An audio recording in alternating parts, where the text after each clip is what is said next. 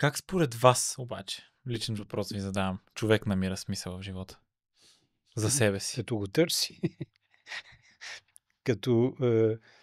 като съзнава, че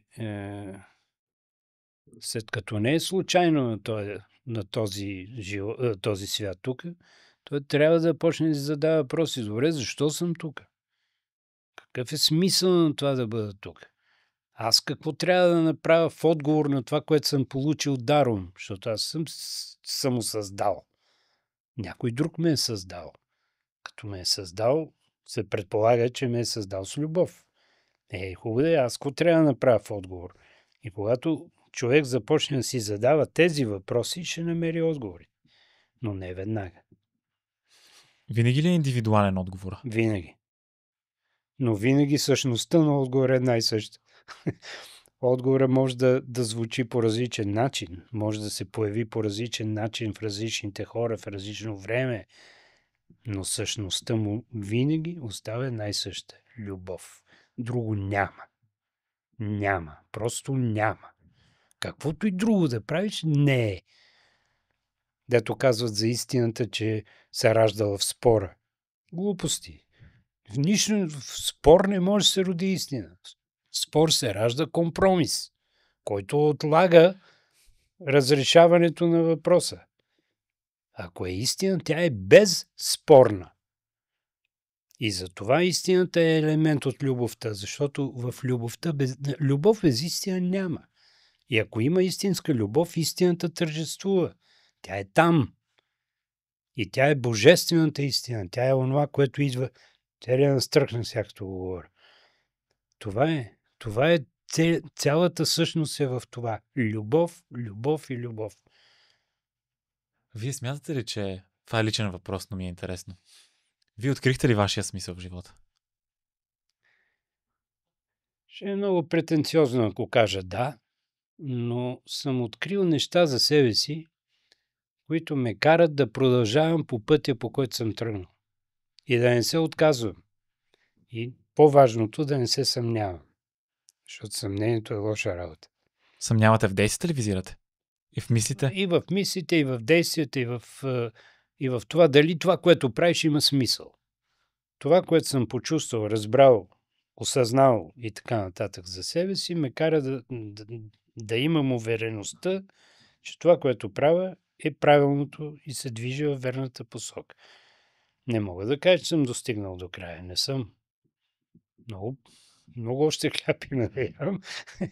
Но така решил съм да си го ям. Бавно, последователно, упорито и неотклонно. Последно нещо ви питам. Какво за вас е мъдростта? Защото го споменахте като едно от трите основи. Да. И ме замислихте. Какво е мъдростта? Защото как я достигаме? Трябва да знаем какво търсим. Тоест, какво е тя? Да. Мъдростта е проява на осъзнатост и на свобода. Да осъзнаеш принципите на съществуванието. Как работят те. И не да им се съпротивляваш, а да ги следваш. Затова в мъдростта има няколко съставки, които са много съществени. Едното е воля, другото е търпение и трето е последователност. И тогава се ражда онова познание, което мъдростта предполага. Да знаеш как стоят нещата, да не ги предизвикваш, ами да ги подпомагаш.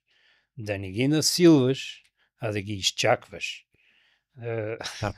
Търпението. Много е важно. Не случайно се казва, че търпението е божествено качество. То затова е божествено качество.